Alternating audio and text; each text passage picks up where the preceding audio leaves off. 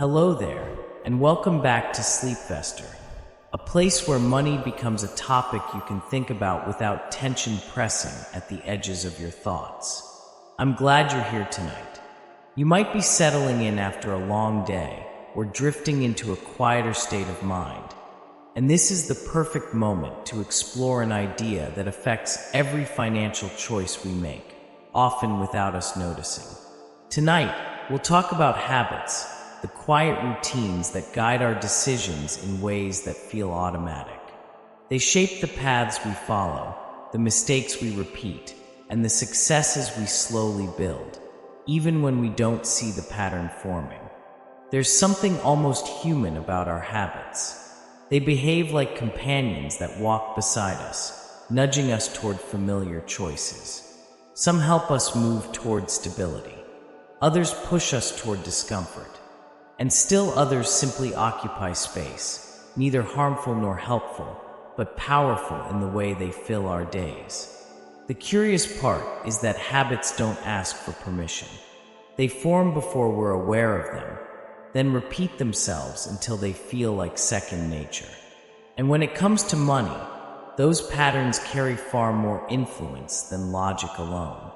People often think financial success is shaped by major decisions, the big investments, the leap of faith career moves, the sudden opportunities. But more often, it's shaped by a series of small, repeated behaviors that accumulate quietly over time. The way you check your accounts, the timing of your spending, the moment you say yes or no to a purchase, the routine that leads you to save or avoid saving. These small actions behave like stepping stones, determining your direction long before you realize where they've led you. To show how powerful these routines can be, I want to introduce you to someone named Rowan, a woman who never saw herself as someone with strong habits at all. She thought of herself as spontaneous, flexible, and adaptable. But over time, she noticed how her finances always seemed to drift one step behind her intentions. She earned a decent income, handled her basic responsibilities, and avoided major debt, yet she never managed to move toward the goals she wanted. Every year she promised herself she'd save more, plan more, organize more, and each year she felt like she was starting from the same place. One evening, frustrated by another month of expenses that didn't line up with her expectations, she sat down with her notebook and tried to understand why certain patterns kept repeating. She didn't see herself as someone who made impulsive decisions, yet money kept slipping away in familiar ways. She didn't feel reckless, yet she never seemed to maintain the momentum she hoped for. She expected the problem to be something large and obvious. Instead, she discovered something far smaller, something that seemed too trivial to matter at first. Every morning before heading to work, she felt rushed.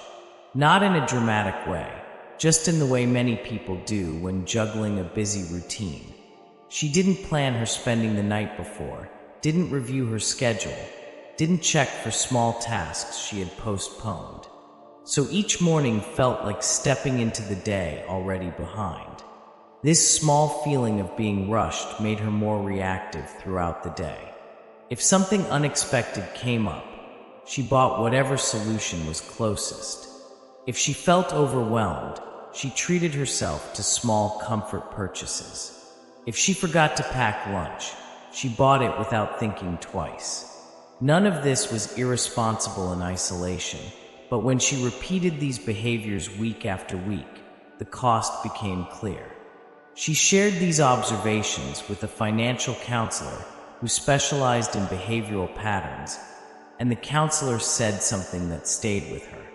Most financial challenges don't come from a single bad habit. They come from a series of neutral habits that collectively move in the wrong direction. People often ignore them because they don't feel harmful. They feel easy, familiar, automatic. But these automatic routines influence everything. Stress levels, decision-making, impulse control, and even long-term planning. Habits act like invisible architects, quietly building the structure of our lives. The counselor asked Rowan to think back to her childhood and early adulthood. When did she first feel rushed around money or life in general? When did she first learn to solve problems with speed instead of preparation? When did being reactive become more comfortable than pausing? Rowan thought of her upbringing, of a household where schedules were unpredictable and everything felt like it needed to happen quickly. In those moments, acting fast felt like the safest option. Planning was a luxury, not a habit. She carried that reflex into adulthood without realizing it. The counselor explained that the brain rewards familiarity. Even if a habit isn't helpful, the brain prefers what it recognizes. Familiar routines feel easier. They require less mental energy. That's why so many people continue financial patterns that don't align with their goals. It's not because they're unmotivated or careless. It's because the brain chooses energy conservation over change. Understanding this gave Rowan a sense of relief. Her struggles weren't caused by a lack of discipline.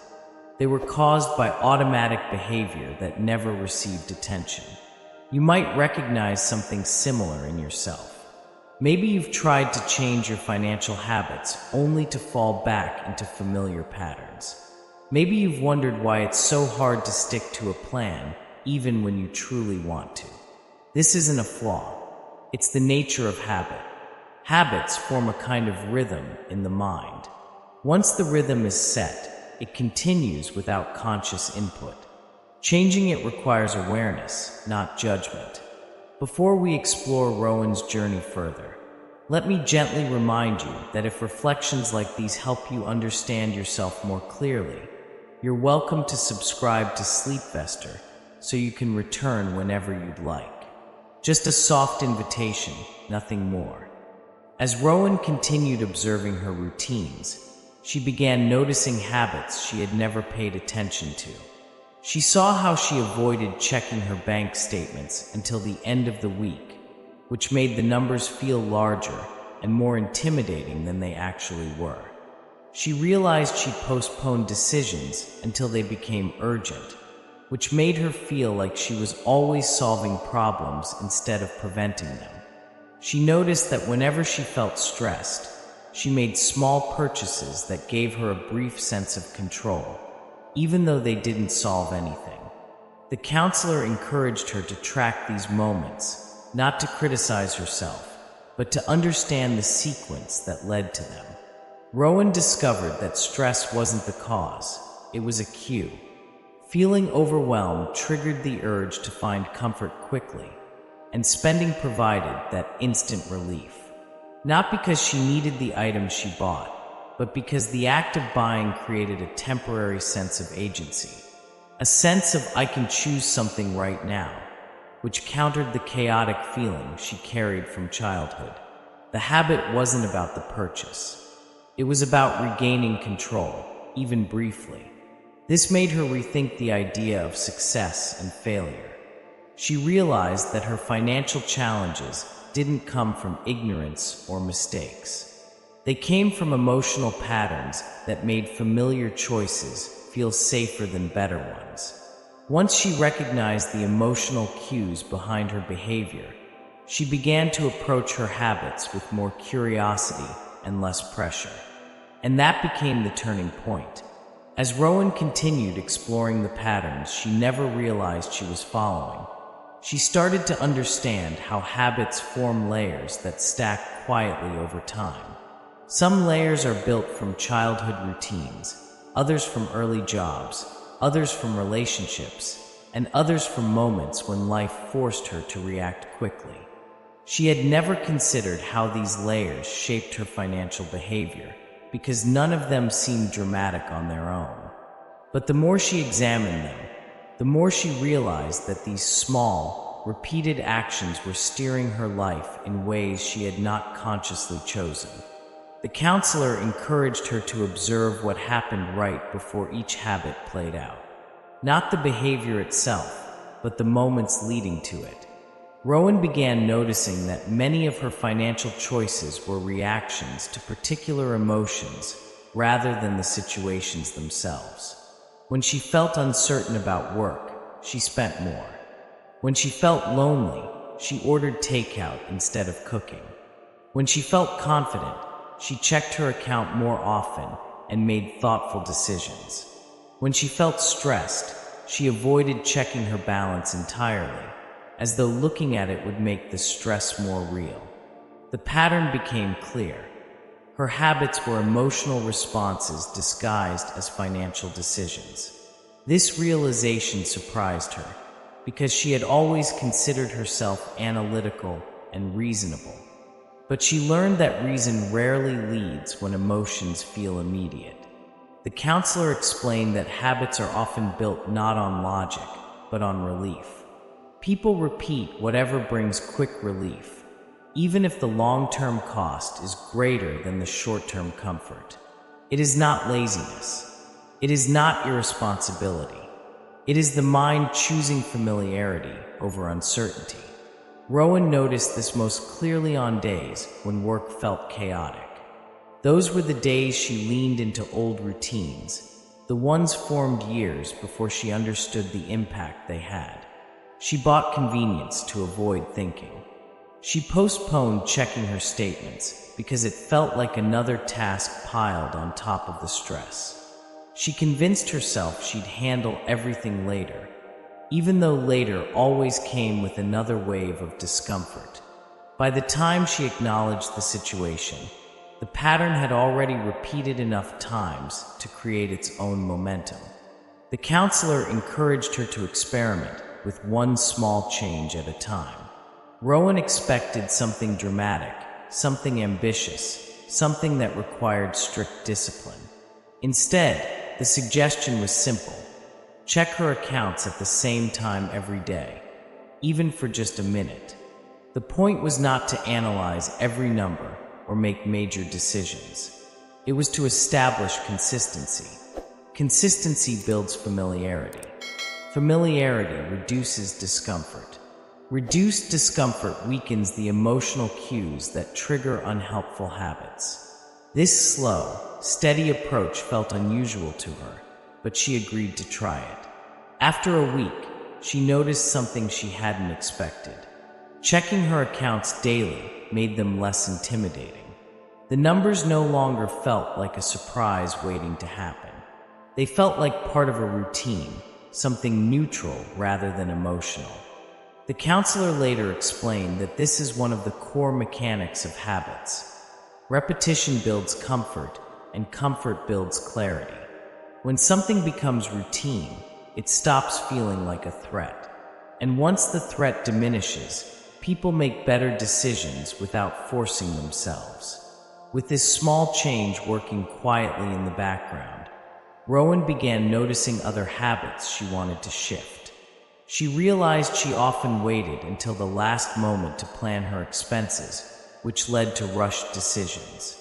So she started reviewing her upcoming week on Sunday evenings, not in a long session filled with pressure, but in a brief check-in to see what was ahead.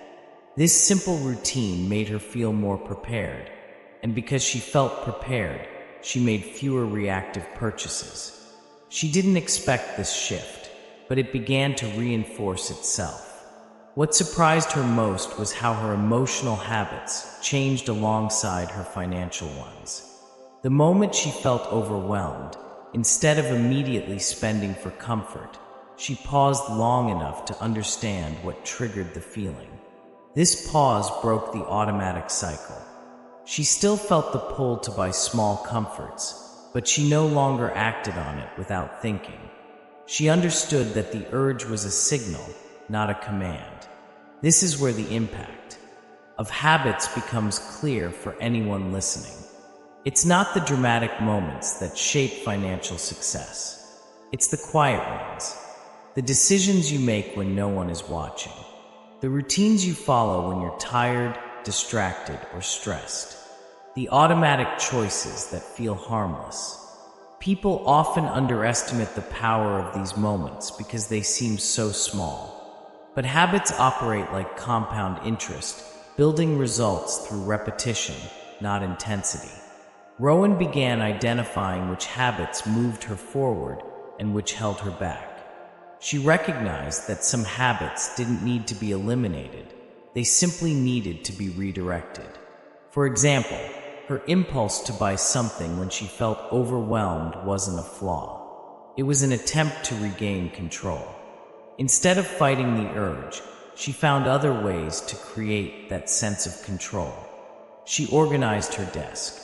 She reviewed her to-do list. She checked her budget for the week.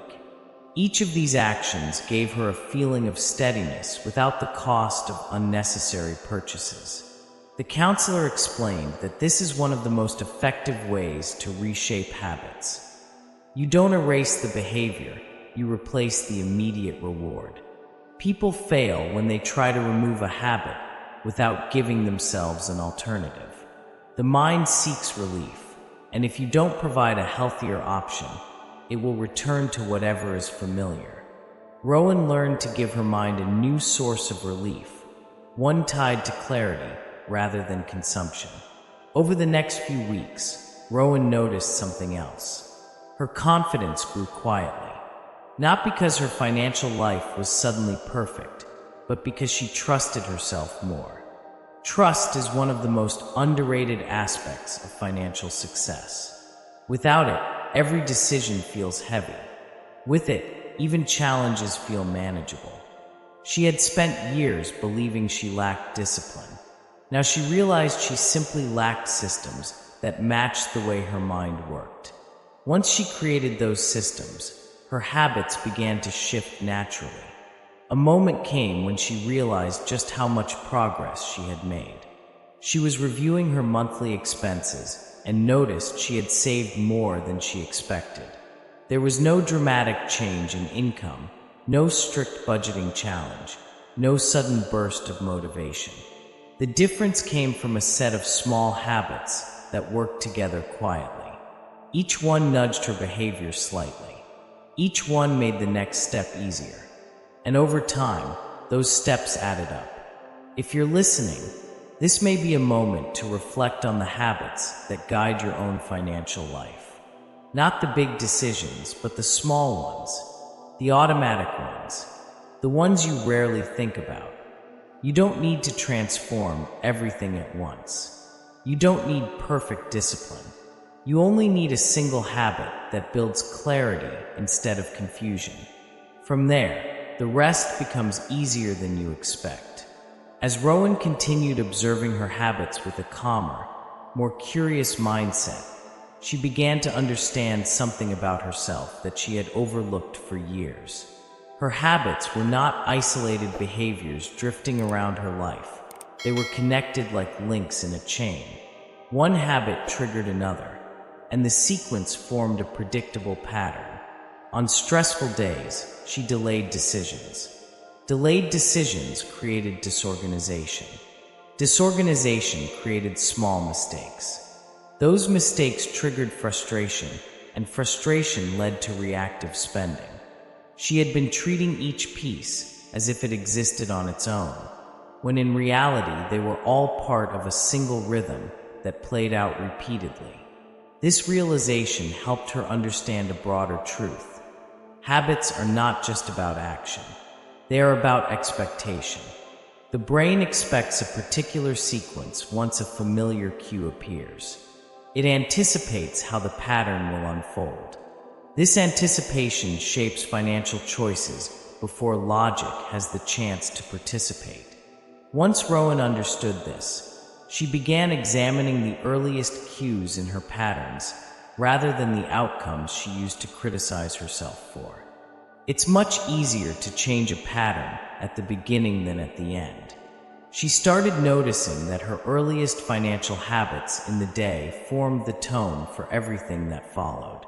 If she ignored her plan in the morning, she drifted through the day on autopilot. If she checked her account early, she made more thoughtful choices. If she started her week with even a few minutes of planning, she avoided the spiral of rushed decisions later. It wasn't discipline that shaped her success. It was the starting point she chose. This was something she had never realized because she had always focused on the end results. But the end results were simply the final expression of habits that began quietly long before she confronted them. One conversation with her counselor made this especially clear. The counselor told her that financial success is rarely about dramatic improvements. It's about alignment. When your habits align with your goals, even small actions accumulate into progress. When your habits clash with your goals, even strong intentions cannot compensate.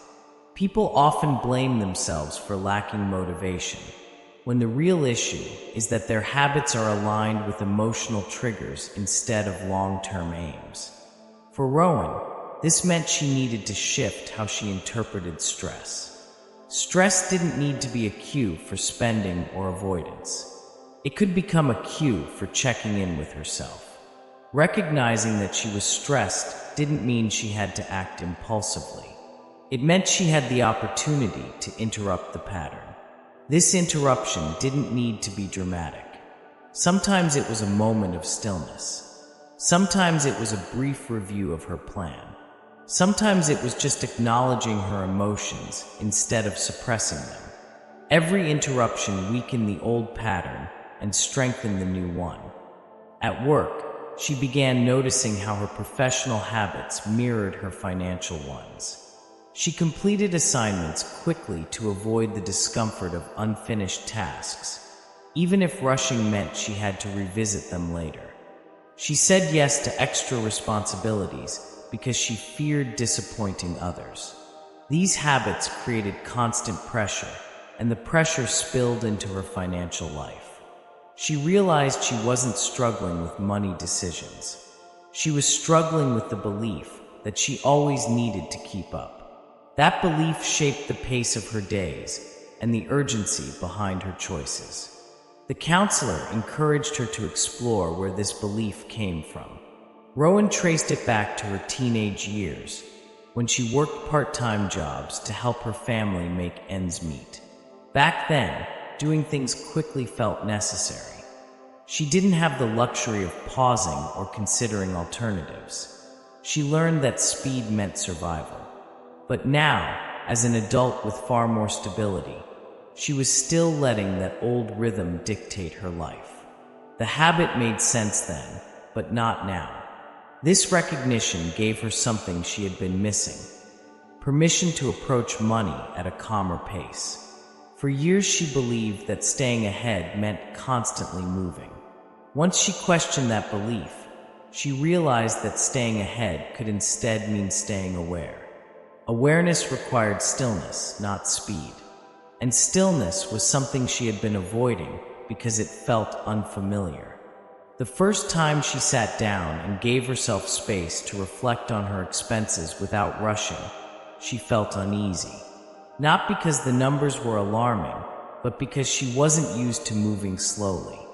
Her mind tried to speed ahead, searching for problems to solve or decisions to finalize.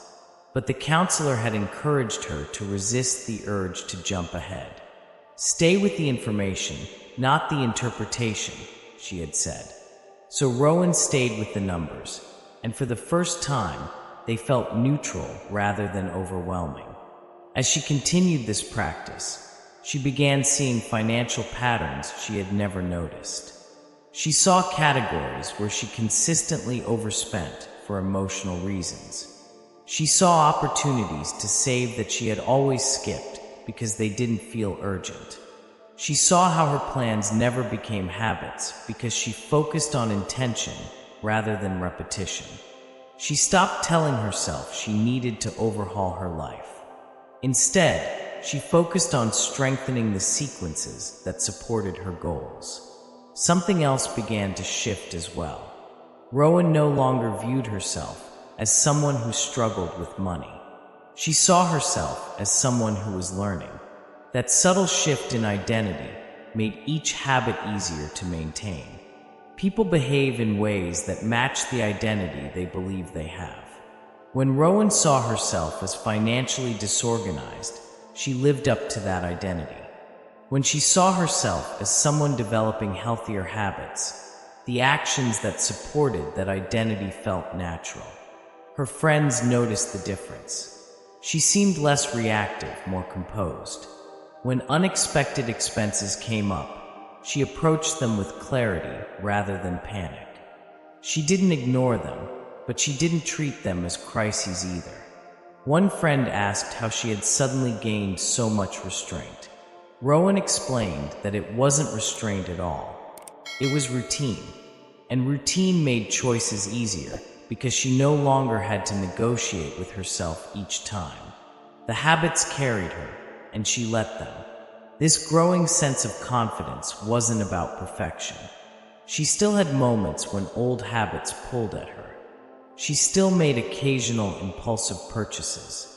She still ignored her plan on particularly stressful days. But instead of spiraling, she understood the cues behind these moments. That understanding gave her control, not through force, but through awareness. And that awareness made it possible to return to her routines without self-criticism. If you're listening, you might begin noticing your own sequences as well.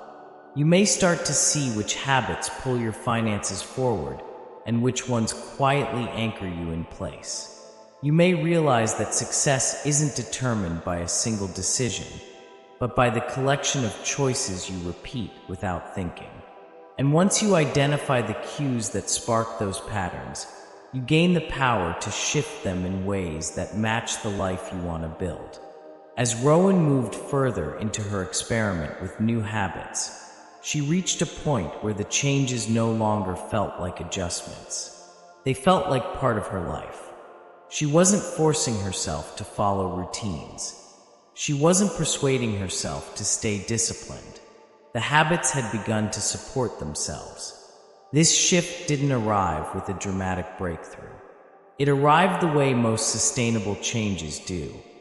Gradually, through quiet consistency that became familiar enough to be comforting. One evening, she sat at her desk after work and reviewed her finances with a kind of steadiness she never would have recognized a few months earlier. There were still imperfections, still small areas that needed adjusting, but the overall picture felt clearer. She could trace her progress back to habits that built on each other. The daily account check-ins reduced avoidance. The weekly planning reduced unexpected expenses. The pause before emotional spending reduced impulsive decisions. These small habits created new sequences that moved her toward her goals rather than away from them. She realized that the key was not the habits themselves. It was the reliability they offered her. They created a sense of order she had never allowed herself to experience. She had spent so many years reacting to life that she had forgotten what it felt like to move with intention. These routines didn't eliminate uncertainty, but they gave her enough structure to face uncertainty without feeling overwhelmed by it. A few weeks later, something happened that would have derailed her in the past. Her car required an unexpected repair that cost more than she had planned. Old habits might have sent her into a cycle of avoidance. She would have delayed looking at the bill, delayed checking her balance, delayed adjusting her plan. The delay would have built anxiety, and the anxiety would have led to impulsive decisions.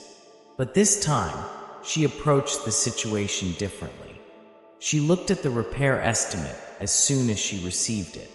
She checked her routine savings without hesitation. She adjusted her plan for the month, not with frustration, but with acceptance. She reminded herself that unexpected expenses were part of life, not evidence of failure. And because she had built habits that supported clarity, the entire situation felt manageable. Not pleasant, but manageable. This was the moment she realized her old identity had faded. She no longer saw herself as someone who struggled with money. She saw herself as someone capable of handling challenges. The difference wasn't income. It wasn't luck. It wasn't sudden wisdom. It was the accumulation of small, repeated behaviors that built a sense of internal stability. That stability mattered far more than the numbers on her bank statement. Her counselor noticed the change immediately. During their next session, they talked about how habits shape not just actions, but self-perception. When people believe they are financially disorganized, they tend to act in ways that reinforce that belief. When they believe they are someone who can build routines, they act in ways that support those routines. Identity and habit form a loop, each feeding the other. Rowan had shifted both. The counselor also reminded her that habits do not require perfection. They require persistence. There would be months when she slipped back into old patterns, because no one abandons past behaviors entirely. But she now had the tools to return to the habits that supported her. She knew how to slow down at the beginning of a sequence instead of trying to fix the consequences at the end. This skill mattered far more than the habit itself. As Rowan walked home from the session, she realized something that connected her entire journey. Her habits had been shaping her long before she ever noticed them. They influenced the way she spent, the way she planned, the way she reacted, and even the way she viewed herself. Some habits had been helpful. Others had been protective but outdated. And others had quietly created financial friction that went unnoticed for years. But by bringing these patterns into awareness, she was finally choosing them instead of being guided by them. This realization didn't feel dramatic. It felt grounding. She understood that financial success wasn't defined by income spikes, lucky breaks, or sudden discipline. It was defined by the small behaviors repeated over time. The way she approached her mornings, the way she responded to stress, the way she organized her thoughts. These were not grand strategies. They were everyday actions. Yet they held the most influence over her long-term outcomes. And for the first time, she felt like she was moving through her financial life instead of being pulled through it. As the days continued, Rowan found herself reflecting on the early cues that shaped her old patterns. She noticed when her mind tried to slip into urgency for no real reason. She recognized when impatience tried to push her toward quick fixes. Instead of letting those moments define the rest of her day, she named them, paused, and redirected herself.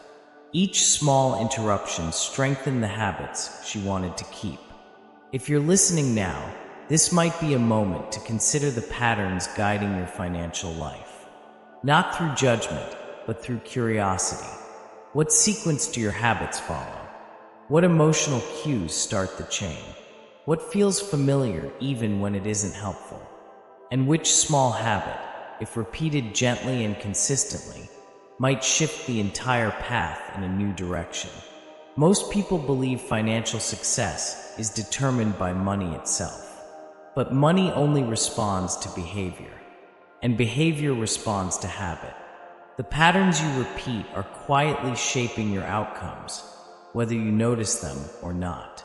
You have the ability to shift those patterns in ways that support the life you want to build. You don't need dramatic change. You don't need a perfect plan. You only need a starting point that leads you where you want to go. That starting point is often a single habit. One small, repeatable action that builds confidence through consistency. A daily check-in, a weekly review, a moment of pause before reacting. A routine that strengthens identity instead of weakening it. This is how success forms, almost invisibly at first, until it becomes unmistakable. As Rowan's story comes to a close, the lesson becomes clear. Habitual behaviors shape financial success or failure not because they are powerful individually, but because they combine into patterns that direct the course of your life. When those patterns align with clarity and intention, they carry you forward. When they align with avoidance or old emotional cues, they hold you in place. By choosing your habits, you choose the direction of your future. And as you drift into a quieter moment now, you may find that the idea settles in gently. Your financial story is not shaped by how much you earn, but by the habits you nurture. Each choice is part of a pattern.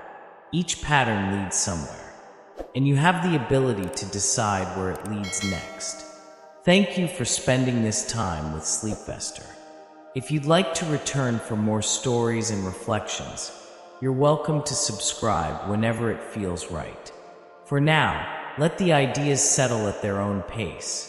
And let the path you build begin with one quiet, steady habit that supports the life you want.